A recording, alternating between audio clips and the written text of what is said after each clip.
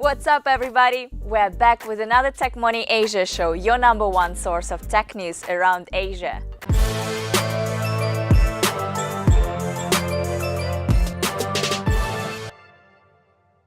Marina Bay here, broadcasting live from Tencent. We start. Let's get this tech news party started. Coming up next, Richard Branson's own version of the Apprentice for startups on his very own Necker Island. Justin Sun, a 28-year-old protege of Chinese tycoon Jack Ma, claims to beat its blockchain opponents by launching $1 million DApp Accelerator program. Find out who are these lucky 13 startups flying to Hong Kong for Brinc Investor Demo Day. Singapore versus Hong Kong, lifetime rivals. Learn why entrepreneurs leave Singapore for Hong Kong to build businesses. Who wouldn't want to meet Richard Branson in person and win his attention? The Extreme Tech Challenge is a startup competition, the participants of which have a chance to pitch and be judged by Sir Richard Branson, and also exhibit at the largest tech trade show in the world, Consumer Electronics Show in Las Vegas. What are the cool brands to be promoting next to CES and Richard Branson? Well, the Extreme Tech Challenge is all about visibility, startup empowering, and experience that no money can buy. So far, we got to know the top 10 of the XTC competition, and among them, guess who? We, as your news reporters from Asia, proud to announce that among finalists is a startup from Bangkok, Thailand, named Last of Hours. Essentially, it's a game built on blockchain technology with its own token economy. Each token represents a real endangered animal living in the wild, and the user of this game platform buys her token using crypto, in this case Ether, and by doing so she contributes to the wild animal survival and gets a digital animal avatar to play with inside the game. Each token is collectible and tradable. The gamified platform itself was built with the goal to build awareness, create engagement, and raise funds for these endangered animals. What a great mix of goodwill, technology, and entertainment, right? It has been already announced that the startup from Thailand will be joining the other semi-finalists at the CES stage in January in Las Vegas. I think it's pretty awesome, isn't it? Anyway, we're hoping that the contest will be fair and only the best of the best wins the final trophies and make this world a better place. With the help of Sir Richard Branson, of course. Unless you've been living under a rock for the past couple of months, you're probably aware that the launch of DApp Accelerator is the next big thing. Hold on a second. What's DApp? Unfortunately, Oxford Dictionary hasn't come up with a definition yet, so we've looked up for you. Apparently, in its easiest definition, DApp stands for Decentralized Application. It's like an Android app or iOS app but built on available public blockchains like Ethereum, EOS or Stellar. These are the most popular ones. Perhaps still recently, there is a blockchain protocol called Tron, founded by 28-year-old Justin Sun, the first millennial graduate of Hupan University, founded by Jack Ma of Alibaba. Tron is among top 10 crypto blockchain technologies, but now what we found out is that in order to beat the bloodbath competition, it offers DApp developers an accelerator program. By being part of the program, they can build, launch, and scale a product faster and more efficient using Tron blockchain protocols. The Tron Accelerator will award $1 million split up between 56 winning projects. The program accepts submission till the end of the year and will announce the winners at the company's first international summit, NITron, in January 2019, San Francisco. So guys, don't miss your chance and apply now. 13 carefully selected startups from 8 different countries were brought to Hong Kong by Brinc Accelerator for an exclusive investor demo day.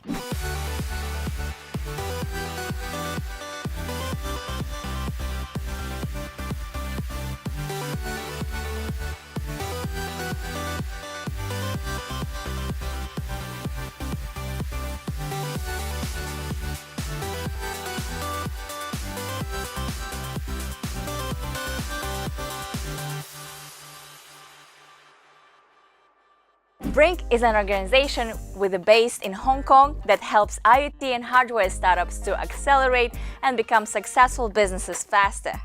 As a startup incubator, Brinc runs its regular demo day where they show off the most successful and promising tenants in front of invited investors and other interested stakeholders. We at BFast TV, of course, took a chance to visit Brinc's Investor Demo Day here in Hong Kong and get an inside look of what's new in the hardware startup ecosystem of Hong Kong. Hello, my name's Bryony and I'm a partner at Brinc VC. We're an investor from Europe and we invest in hardware and IoT startups. So very recently in October, Brinc and Arcly joined together to launch a new fund in Poland. And we invest up to $800,000 per company specifically into the IoT sector. So we're a seed stage investor and we're actually here today to look for some potential investment opportunities. We're looking to invest into IoT, but within that sector we're interested particularly in medtech, for example, in food and agricultural technology, and also IoT and media. But we're also open to look for other interesting IoT innovations. Hello, my name is Heriberto Saldivar. I am the Managing Director of DApp Accelerators and I'm in charge of the programs all around the world. I think it's very important if you're going to be developing hardware, you have to come to Asia. Everybody's thinking about Silicon Valley and this is great for software, but hardware is done here in Asia. In the Pearl Delta River region, we get around 70% of the electronics made in the world. So if you want to develop something, this is the place to be. We at Brinc decide to invest into core verticals that change the way that we're doing. We invest in how we feel, where we live, what we eat, and how we move. And this leads us into categories that are very critical, like agrotech, artificial intelligence, sometimes a bit of cryptocurrency, drones, and we just keep exploring. My name is Bay McLaughlin. I go by Bay to Bay online. I'm one of the co-founders and the COO here at Brinc. And today we're at the Hong Kong Exchange and we're having our demo day for the fall 2018. We've got 13 teams from around the world, a sold out event. I think there's 500 RSVPs. I don't know where they're all gonna sit. And we're going to be showing everyone the future of some of the most important technologies, solving some of the most critical human problems from all over the world. So Brinc started with a big vision, but we started really small in early 2014 here in Hong Kong, actually in a co-working space just down the street. Now, 4.5 years later, we have 5 accelerators around the world. Here in Asia, we have one in the Middle East, North Africa, and another now in Europe. We'll be announcing more next year. And we've gone from just a couple of investments, our first 3 investments in 2014, now to 59 investments. And next year, we're looking to potentially even double, doing an additional 60 investments in 1 year. The future also looks really, really bright. While you may see like the crypto and the fintech worlds exploding, and that's important, we really love blockchain technology too, we're still seeing a real emphasis in where our hearts are, which is investing in problems that really matter. Unlocking data using physical devices, sensors, analyzing that data, and then solving real-world problems. And that couldn't be any more important than in Asia. With the growing population and so many issues to solve, we're so excited that from the 69 countries that we source from already, that so many of them are applying from all over Asia for our support. So if any startups are interested or any investors that want to get involved, you can always check us out at brinc.io if you're an investor, and also brinc.io/apply for any of our programs, acceleration, or later stage investments from anywhere in the world. We also get an exclusive glimpse of the latest groundbreaking technologies in agriculture, automobiles, augmented reality, and much more. Hello, I'm Simone Casciaro. I'm an industrial engineer and I'm the CEO and co-founder of QWare. We build an eating garment that is able to automatically change its temperature based on the external weather conditions. Our product needs to be worn under the other layers of equipment and it targets your activity into extreme cold environments. So while you are enjoying cold environments, you can have a portable heater that is understanding what are the coldest points of your body and are giving them the priority to be heated so that you are always in the comfort. So basically we are building advanced technology in textile industry, so technology that you can wear, the so-called human-machine interaction technology. And on this, we will have in the next 5-10 years absolutely incredible improvements. Right now, we are inventing the wheel of this kind of technologies, and in 5-10 years, you will be amazed from what you will see. So Brinc has been amazing. It was super useful for us on the design for manufacturing perspective, cash flow analysis perspective, and even on the supply chain management. It has been a huge value for us in 1 month. Very compressed, but super useful, yeah. My name is Karush. I'm CEO and co-founder of Valkyrie Industries. So Valkyrie Industries is building a first of its kind wearable tool that lets you touch and feel objects naturally in virtual simulations. So our wearable tool is designed to enrich content so developers can create impactful experiences such as remote procedural training for education, touch before you buy for retail and real estate, and applied engineering applications. So there's been a colossal growth in the immersive market, and it's becoming incredibly apparent that the shift from consumer to business is trending much faster than anticipated. For example, in F1 racing, drivers will be able to feel the effects of inertia G-force. In remote procedural training for robotics, you can actually start training your engineers today.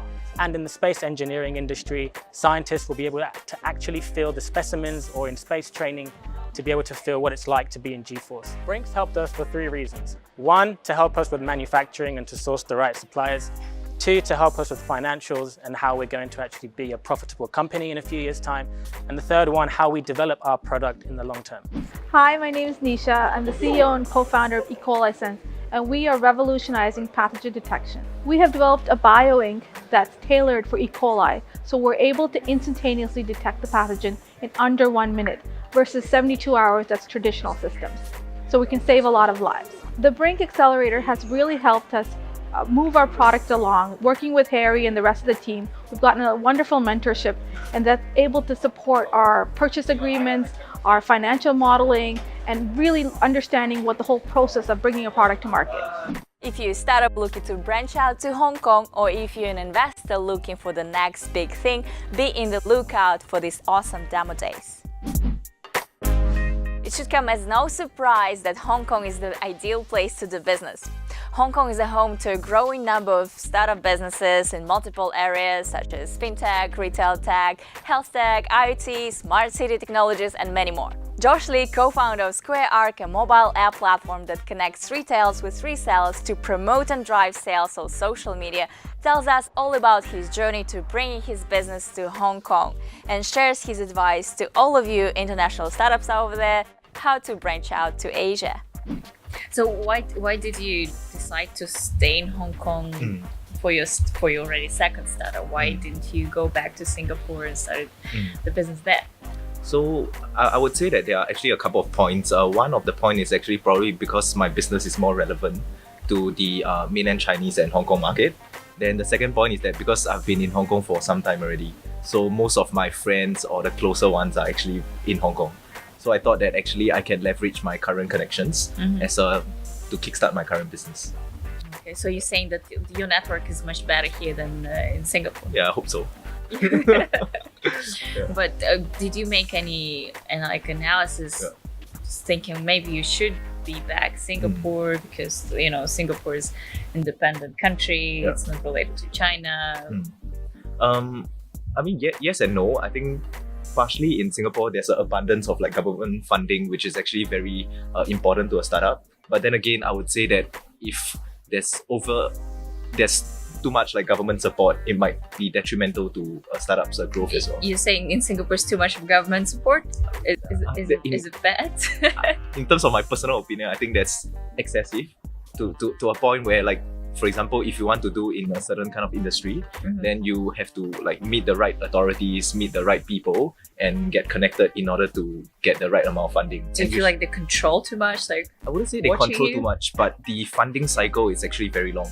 So as a startup, you probably need finances very fast, and you can't afford to wait 6 to 12 months in order for the capital. So are you saying in Hong Kong you can get faster funding? I wouldn't say in Hong Kong you get faster funding, but like for myself, because I have been from the corporate background, so I actually know people in that sector who are willing to provide capital if necessary. But you haven't asked yet. You haven't asked them yet for funding. I did ask for funding, but so there's actually one thing that I would like to highlight in Hong Kong, which is most of the people are actually from slightly more traditional background, like real estate, property, manufacturing, where they actually make their first dollar. And that's why they are not used to the new way of funding, which is the startup funding is actually very different from the traditional way of funding. So for example, I used to discuss with my co-founder about this topic whereby when a traditional person invests, they actually put in a lot of capital and they will take a majority stake of your business at the start. But in terms of startup funding, usually there's actually many different rounds, like the angel round, seed round, followed by Series A, B, C, and hopefully you get IPO or you get acquired by another company. But the thing is that because for startup financing, you want to have majority stake at the start so that you'll be motivated to actually build your company to a larger extent. So in Hong Kong, most of the people actually favor towards a traditional way of funding rather than the startup way of funding, which is why I think government organizations like Invest Hong Kong and all these incubators and accelerator, they hope to educate different people to actually let them know what is the difference between the different funding and how to educate people towards the startup funding. What do you think? Would you bring your business to Hong Kong? Let us know in the comments below. That's it for today, guys. Hope you enjoyed it. And if you're a startup or investor that deserves our attention, comment #TechMorningShow down below and we'll get in touch. Guess what?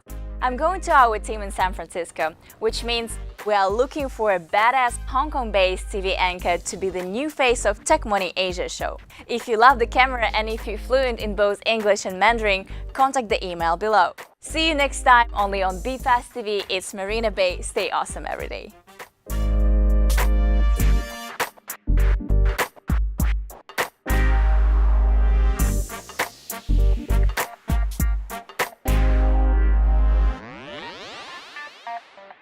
Bye.